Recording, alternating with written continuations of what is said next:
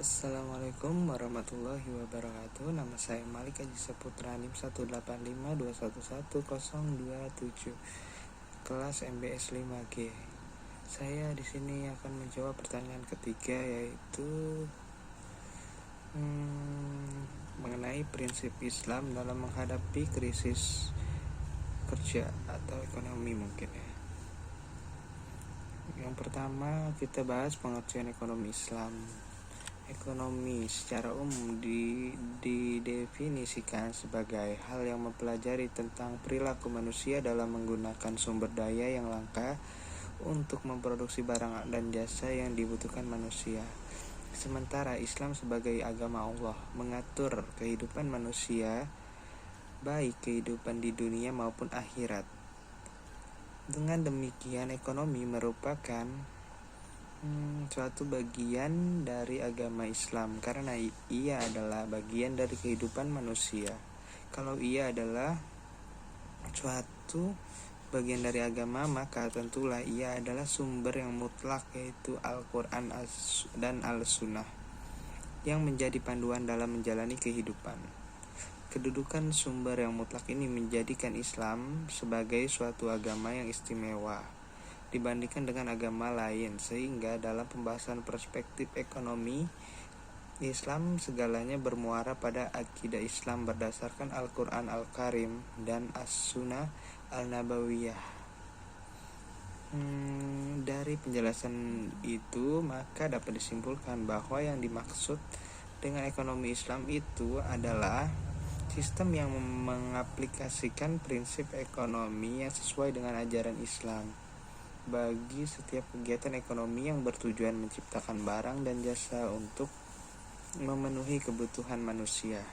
Jika dilihat dari tujuannya, sekilas tidak ada perbedaan antara ekonomi Islam dan ekonomi lainnya, yaitu untuk mencari pemenuhan berbagai keperluan hidup manusia, baik bersifat pribadi atau kolektif.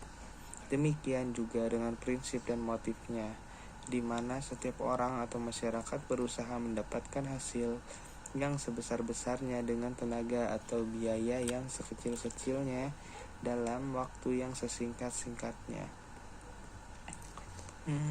Namun sesungguhnya ekonomi Islam secara mendasar berbeda dari sistem ekonomi yang lain dalam hal tujuannya, bentuk dan coraknya. Sistem tersebut berusaha memecahkan masalah ekonomi, yaitu kapitalis dan sosialis.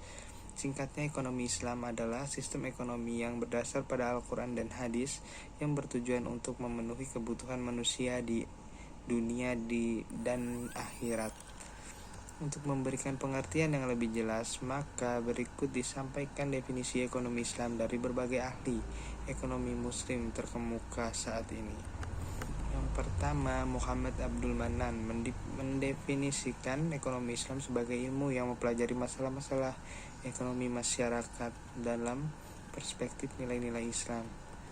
Yang kedua, Umar Chapra menganggap ekonomi Islam sebagai cabang dari ilmu yang membantu merealisasikan kesejahteraan manusia melalui alokasi dan distribusi sumber daya yang langka, yang sejalan dengan ajaran Islam tanpa membatasi kebebasan individu, menciptakan ketidaksinambungan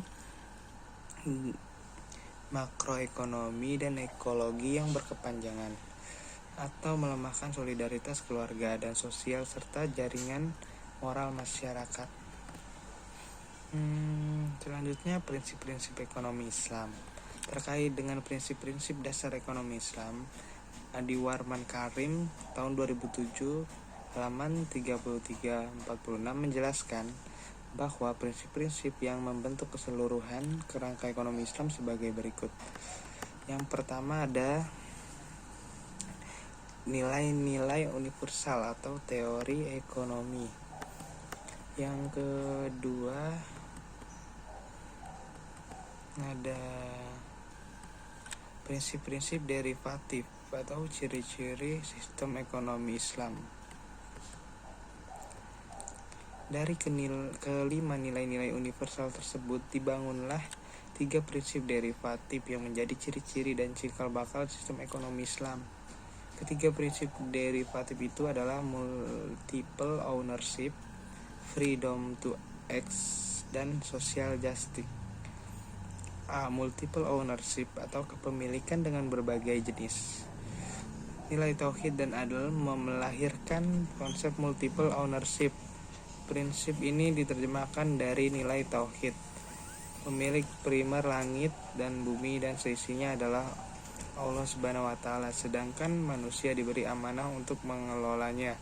Jadi manusia dianggap sebagai pemilik sekunder. Dengan demikian, dalam ekonomi Islam, kepemilikan pribadi atau swasta diakui. Namun, untuk menjamin keadilan supaya tidak ada kezaliman, eksploitasi manusia atas manusia, maka cabang-cabang produksi yang penting dan menguasai hajat hidup orang banyak dikuasai oleh negara.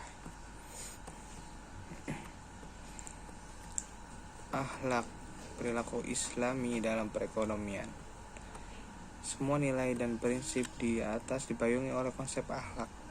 Akhlak menempati posisi puncak karena inilah tujuan Islam dan dakwah para nabi, yakni menyempurnakan akhlak manusia. Yang terakhir adalah tujuan ekonomi Islam. Ekonomi konvensional telah merencanakan dua tujuan. Tujuan yang pertama bersifat positif dan berhubungan dengan realisasi efisiensi dan pemerataan dalam alokasi dan distribusi sumber-sumber daya. Tujuan yang lain dapat dianggap sebagai normatif dan diungkapkan dalam bentuk tujuan sosioekonomi yang secara universal diinginkan, seperti pemenuhan kebutuhan, keadaan kesempatan kerja penuh, laju pertumbuhan ekonomi yang optimal, distribusi pendapatan yang adil atau merata, stabilitas ekonomi, dan keseimbangan lingkungan hidup. Sekian yang bisa saya sampaikan dari pertanyaan nomor 3 tadi. Kurang lebihnya mohon maaf. Wassalamualaikum warahmatullahi wabarakatuh.